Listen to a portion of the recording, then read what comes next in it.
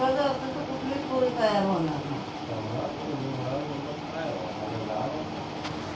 जाऊ दे.